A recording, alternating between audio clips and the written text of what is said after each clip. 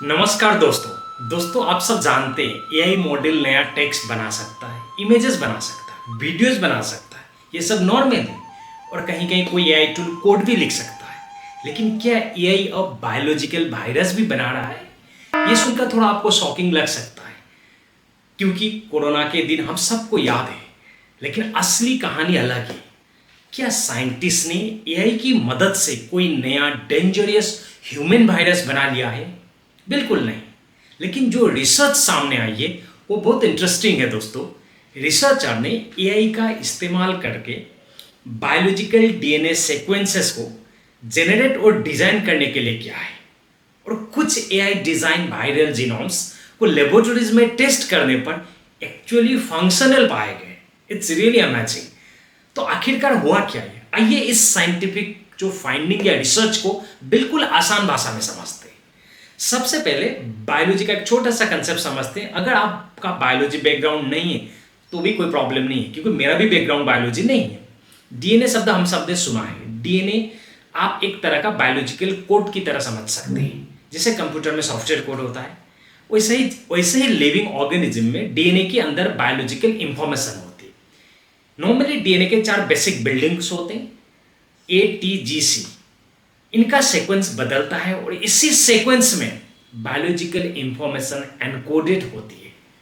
दोस्तों अब एआई आजकल क्या करता है, नॉर्मली एआई ज़्यादा से ज़्यादा डेटा को उससे देखकर उसे पैटर्न सीखता है। तो ChatGPT बहुत सारे टेक्स्ट को देखकर लैंग्वेज के पैटर्न सीखता है। उसी तरह रिसर्चर ने एक एआई मॉडल को बहुत बड़ी क्वांटिटी में डीएनए सीक्वेंस का डेटा देखकर बायोलॉजिकल पैटर्न सिखाने की कोशिश की, जिसको हम बोलते हैं ट्रेन द मॉडल। और यहीं से आता है एक नया इंटरेस्टिंग एआई मॉडल का नाम, वो है EVO2। EVO2 AI model for biological sequencing. इसे अलग अलग ऑर्गेनिज्म के जेनोमिक्स डीएनए सीक्वेंस के पैटर्न सीखने के लिए डेवलप किया गया है। नेचर में पब्लिश एक रिसर्च के अनुसार EVO2 को लगभग 9 ट्रिलियन डीएनए डेटा पेयर्स के जेनोमिक्स डेटा पर ट्रेन किया गया है। दोस्तों इस एआई मॉडल ने बहुत बड़ी क्वांटिटी में बायोलॉजिकल इंफॉर्मेशन देखी। उस इंफॉर्मेशन के पैटर्न को लर्न करके ये न्यू डीएनए सीक्वेंस जनरेट कर सकता है। बहुत आसान भाषा में एआई अब सिर्फ बायोलॉजी को पढ़ने या एनालाइज करने की कोशिश नहीं कर रहा है, वो बायोलॉजी की लैंग्वेज को समझकर नई सीक्वेंस जनरेट करने की डायरेक्शन में बढ़ रहा है। लेकिन यह एक बहुत बड़ा इंपॉर्टेंट बात है। इसका मतलब ये नहीं है कि दोस्तों साइंटिस्ट को एआई को बोलते हैं कि एक डेंजरस वायरस बना दो और एआई मॉडल कुछ सेकंड में एक डेंजरस वायरस बना देता है। जैसे हम लोग कोई भी चैटबॉट में कोई भी हम लोग प्रॉम्प्ट देते हैं। दोस्तों रियलिटी ऐसी नहीं है। एआई किसी डीएनए सीक्वेंस को जनरेट कर सकता है, लेकिन डीएनए सीक्वेंस जनरेट होना और उसका रियल बायोलॉजी में काम करना दोनों अलग चीजें हैं। दोस्तों एआई जनरेटेड डीएनए सीक्वेंस को भी टेस्ट करना पड़ता है। क्या ये सीक्वेंस वास्तव में फंक्शन करेगा? क्या बायोलॉजिकल सिस्टम इसे यूज करेगा? क्या एक्सपेक्टेड बिहेवियर दिखाई देगा? इन सवालों के जवाब के लिए लेबोरेटरीज में एक्सपेरिमेंट की जरूरी होती है, और यहीं से ये रिसर्च और इंटरेस्टिंग हो जाती है। रिसर्चर ने एआई बेस्ड मॉडल का इस्तेमाल बैक्टीरियोफेज यानी फेजेस के जीनोम्स डिजाइन करने के लिए किया। और फेजेस क्या होता है, नाम थोड़ा मुश्किल है लेकिन कंसेप्ट बहुत सिंपल है। बैक्टीरियोफेजेस एक वायरस है जो बैक्टीरिया को इन्फेक्ट करता है।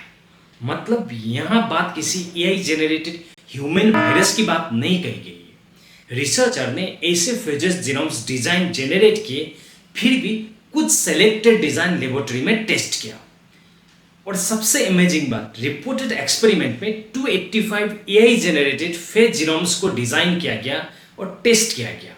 इसमें 16 फंक्शनल पाए गए। ये फेजेस साइंटिफिक बैक्टीरियल स्ट्रेन को इन्फेक्ट करके उनकी ग्रोथ को रोक सके। और कुछ डिजाइन में ऐसे भी जेनेटिक चेंजेस पाए गए जो उनके क्लोजेस्ट नॉन नेचुरल जीनोम्स में नहीं मिले थे। अब यहीं से पूरी स्टोरी का सबसे इंटरेस्टिंग पार्ट है। एआई ने सिर्फ कंप्यूटर पर कोई रैंडम डीएनए सीक्वेंस नहीं लिखा। कुछ एआई जनरेटेड डिजाइन को लेबोरेटरीज में टेस्ट करने पर उनमें एक्चुअल कुछ बायोलॉजिकल फंक्शन दिखाया। और real it's a significant step. अब सवाल, इससे फर्क क्या पड़ता है? बायोलॉजी में हम ट्रेडिशनली नेचर को ऑब्जर्व करते हैं। नेचर ने क्या बनाया, कौन सा जीन कैसे काम करता है, कौन सा वायरस बैक्टीरिया को कैसे इन्फेक्ट करता है, हम इन चीज़ों को स्टडी करते हैं। लेकिन जेनरेटिव एआई एक नई पॉसिबिलिटी लेकर आ रही है। अब सवाल सिर्फ ये नहीं है कि नेचर ने क्या बनाया, अब सवाल ये भी हो सकता है कि क्या हम कुछ नया डिजाइन कर सकते हैं। यानी एआई बायोलॉजी में सिर्फ एक एनालिसिस टूल अब नहीं रहा, ये धीरे धीरे एक डिजाइन टूल बन रहा है। और दोस्तों, सॉफ्टवेयर डिजाइन और बायोलॉजिकल सिस्टम डिजाइन कंप्लीटली अलग चीज है। और यही वजह से एआई और बायोलॉजी इतनी तेजी से इंटरेस्टिंग फील्ड बन रही है।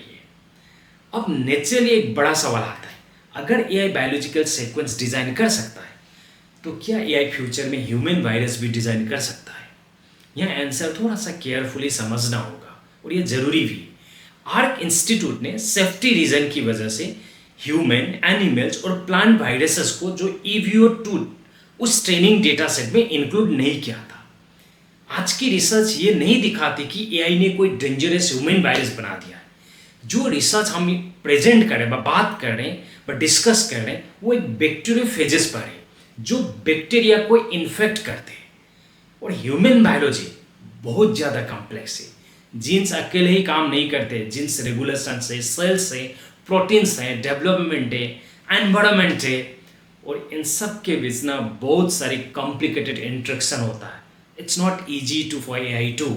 इसलिए डीएनए सीक्वेंसेस जेनरेट कर देना और उसका एक कंप्लीट प्रेडिक्टेबल ह्यूमन या बायोलॉजिकल सिस्टम बना देना, इन दोनों के बीच बहुत बड़ी साइंटिफिक गैप है।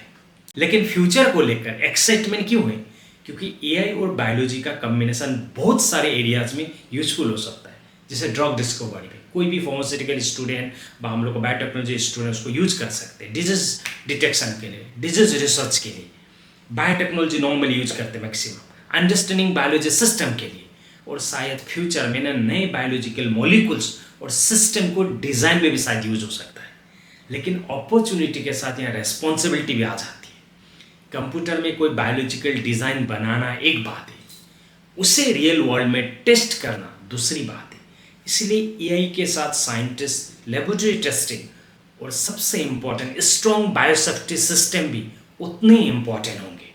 तो पूरी कहानी एक 2-3 लाइन में समझेंगे तो एआई अब सिर्फ बायोलॉजी को समझने में मदद नहीं कर रहा है, वो बायोलॉजिकल सीक्वेंस को जेनरेट और डिजाइन करने के डायरेक्शन में भी आगे बढ़ रहा है। तो आज हम एआई से पूछते हैं what can you generate normally, लेकिन शायद फ्यूचर में हम बायोलॉजी में सवाल होगा व्हाट कैन यू डिजाइन। दोस्तों, बायोलॉजी में डिजाइन बहुत कॉम्प्लिकेटेड एक टॉपिक है and honestly God knows where we are heading. मैं बायोलॉजी का एक्सपर्ट नहीं हूँ, मैंने तो जस्ट रिसर्च के क्यूरियस लर्नर की तरह पढ़ा और आपको अपनी अंडरस्टैंडिंग के अनुसार सिंपल लैंग्वेज में समझाने की कोशिश की। अगर आप बायोलॉजी, जेनेटिक्स, जेनोमिक्स या बायोइन्फॉर्मेटिक्स या इस रिलेटेड फील्ड में काम करते पढ़ते हैं, यूजी पीजी पर रिसर्च स्टूडेंट है, फैकल्टी मेंबर है, तो आपकी ओपिनियन जानना इंटरेस्टिंग होगा। एआई और बायोलॉजी अपॉर्चुनिटी तो है, लेकिन ये रिस्क या दोनों, कमेंट में ज़रूर बताइए। और अगर आप इस टॉपिक को डीपली पढ़ना चाहते हैं तो ओरिजिनल रिसर्च आर्टिकल और नेचर का जो पेपर्स हैं उन दोनों का लिंक्स मैंने डिस्क्रिप्शन में दे दिया है, आप ज़रूर पढ़िए। Keep learning, keep growing. जय हिंद।